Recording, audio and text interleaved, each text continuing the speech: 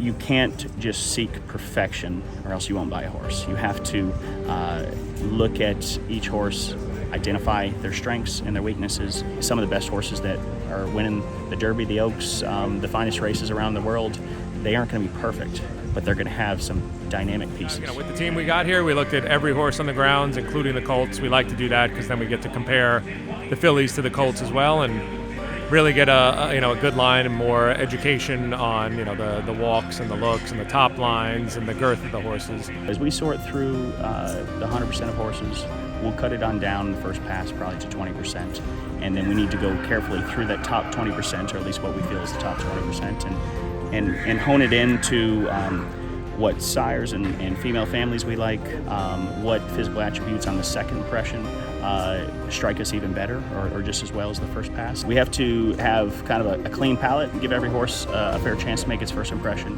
There's a few portions of their physical makeup that are essential, that we must have shaped right, tied together right, and in their build, and then there's other areas that we can be forgiving. After going through 3 days of inspections, we've narrowed the list down to probably about 20. Went back this morning early with coffee in hand with Brandon and Dan and Sean. Narrowed that list probably down to 11, vetted 11 horses. Now we're down to about 8. 2 tonight that hopefully we can maybe grab one of them for the right price. 40, 50, 60, 60, 50, 60, 70, 80, 80, 90, 89, 90, 100, 110, 110, 120. Oftentimes to afford horses at this really elite sale, we need to find the best athlete we can within our means and have a little diversification. I can't really say that my whole hub of information and my filter is built by me. It comes through time, and then even the horses that we buy teach you throughout time. I've learned to look for a dynamic shoulder, I might call it, and it's biomechanically built to reach and have depth and strength. It houses the lungs, it houses the heart, it has to do with how a horse covers the ground or doesn't cover the ground well. Then it needs to have the body balance to be able to tie all the other assets together, whether it's the length and neck, how the top line either has strength or doesn't, tying together a hip that's either built for a route of ground or sprint, and their pelvic angle and their muscling and how it connects from their pelvis to the ground is how a horse can either use its power properly or it can't. A lot of people will buy horses based on pedigree. I mean, we're going to buy our horse initially on physical and looks. Pedigree comes second. Like if we get lucky enough and we see a horse we fall in love with based on their looks, and then the pedigree is to match, then we got something special as well, because in the future, if they're successful or even not that successful on the track, we have a potential broodmare prospect.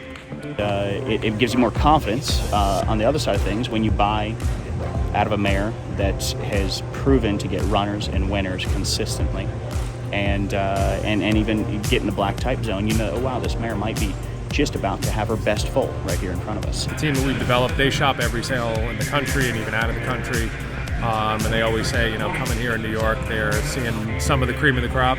So to be, a stable that solely buys New York bred and runs in New York, to see the top of the top, and then be able to get 1 or 2 ourselves for our stable is just great.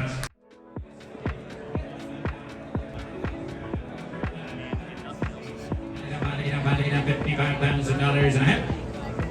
$50,000, Jody. Thank you.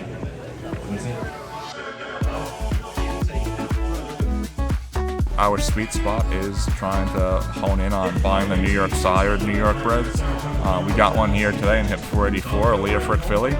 Stood his first year in New York, so we get the added bonus of if we win a New York bred race, we get a $5,000 bonus now. And that wasn't there last year. That's a new added incentive, and obviously there's the added bonuses when you win open company races, and we've benefited greatly from that with a few horses that we've had the past few years. When you run successfully and win an open company, you can get up to a 30% bonus, which is very significant for us when we're trying to make this economically viable for our partners.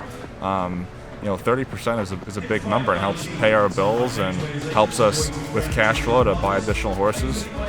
So it's significant for us, and we also support the program as a breeder as well. And the Breeders' Awards are fantastic, and they've convinced us to invest money in brood mares and stud fees, and that's a very significant, large investment that we would not have made without the New York Bred program. It's a fun, kind of a work of art, trying to build your list and have horses of the past teach you what attributes are wonderful to try to keep looking for. And the horse's body's a beautiful thing to objectively look at and try to find the elite horse amongst all of them that are here. We're pretty proud of our work in the past, of being able to be at least chasing after some of the best horses to come out of the sale. We also have to find the enthusiastic investors to join Final Furlong and help us attain the ones that we think are going to be the next, leading New York Breds and able to win, even open black type races.